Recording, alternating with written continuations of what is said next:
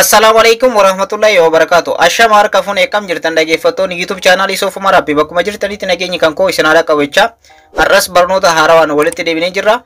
Video har'aa keessatti kan isinitti agarsiisu warroonni baatiriin bilbila keessanii isin jalaa dhumuudhaan isin rakkise akkanumallee dhaggeeffattoota kan koo baatiriin bilbila keessanii yeroo baay'ee sirriitti o'uudhaan isin rakkise jechuudha. Bilbilli keessan baatiriin bilbila keessanii yoo kan o'u ta'e bilbilli keessan daran o'aa jechuudha. Temperature isaa ni dabala. Sirriitti ni ho'a jechuudha bilbilli keessan. Kanaafiyyuu baatiriin bilbila keessanii ni ho'a taanaan immoo baatiriin bilbila keessanii yeroodhaan isin jalaa dhumata.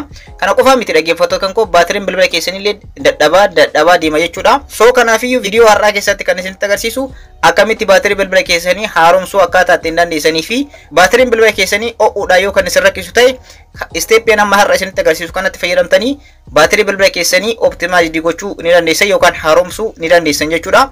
Hanga dhuma viidiyoo kanatti yoo na hordoftan dhaggeeffattoota kan koo baatirii bilbila keessanii yeroo dheeraadhaaf akka itti fayyadamtan gochuu ni dandeessanii. Kana jechuun baatirii bilbila keessanii haaromsuu ni dandeessan jechuudha. Dhaggeeffattoota kan koo viidiyoo kana hanga dhumaatti yoo na faana turtan barnoota gaarii irraa argattan jedhee abdadha.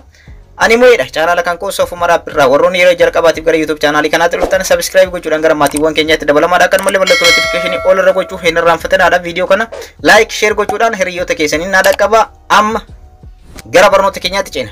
Egaa dhaggeeffattoota kan koo baatirii bilbila keessanii haaromsuudhaaf yookaan immoo akka haarawaatti akka isiniif hojjetu gochuudhaaf yeroo dheeraadhaaf akka isin tajaajilu gochuudhaaf wanta har'a isinitti agarsiisu kanatti fayyadamuu qabdu.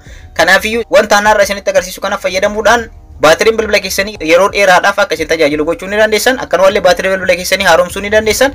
Akkanumallee baatiriin bilbila keessanii o'uudhaan yoo kan isin rakkisu ta'e steeppii amma isinitti agarsiisu kana fayyadamtanii sirreeffachuu ni dandeessanii.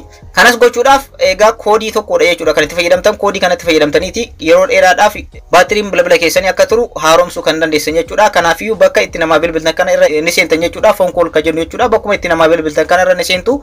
Ergasii koodii iskiriinii irratti isiniif barreesse kana ni barreessitanii urjii jettanii ergasii immoo maslaalii jettanii ergasii immoo duwwaa 22 jettanii ergasii 8 jettan jechuudha. Ergasii immoo maslaalii yoo jettan ni bilbila jechuudha. Akkuma iskiriinii irratti isiniif barreesse kanatti barreessitanii ergasii maslaalii jettanii egaa garanatti isin geessa jechuudha. Akkuma asirratti argartan dhaggeeffattoota kan koo asirratti argartan jedhee yaada quick start ka jedhutu jira jechuudha. Haala kanaa yoo isin dhufe dhumarratti jechuudha barreeffama diimaadhaan kan barreeffame quick start ka jettu kana kilik gootanii ergasii immoo warning jedhee jalatti okay jedha jechuudha. Dhaggeeffattoota kan koo akkuma asirratti argartan barreeffama kana dubbisuu ni dandeessanii.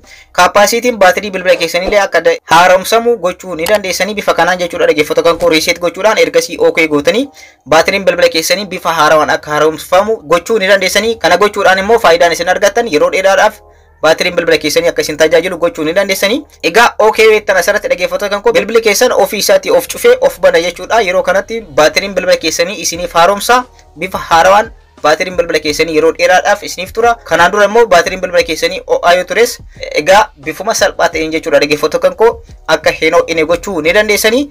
Steeppiin amma isinitti agarsiise kanatti fayyadamuudhaan dhaggeeffattoota kan koo baatiriin bilbila keessanii yeroo dheeraadhaaf akka turu gochuu ni dandeessan. Akkanumallee dhaggeeffattoota kan koo kana qofaa miti baatirii bilbila keessanii illee haaromsuu ni dandeessanii itti fayyadamaadha. Barnoonni kan koo kanarraa kana fakkaataa akka irraa fayyadamtan abdiin qaba. Warroonni YouTube channel kanaaf haaraa taatan subscribe godhaa. Akkanumallee mallattoo notification all irra gochuu hin irraanfatinaadha. Video kana like share gochuu hin irraanfatinaa. Yeroo biraa barnoota biraatiin walitti deemna. Horaa bulaa.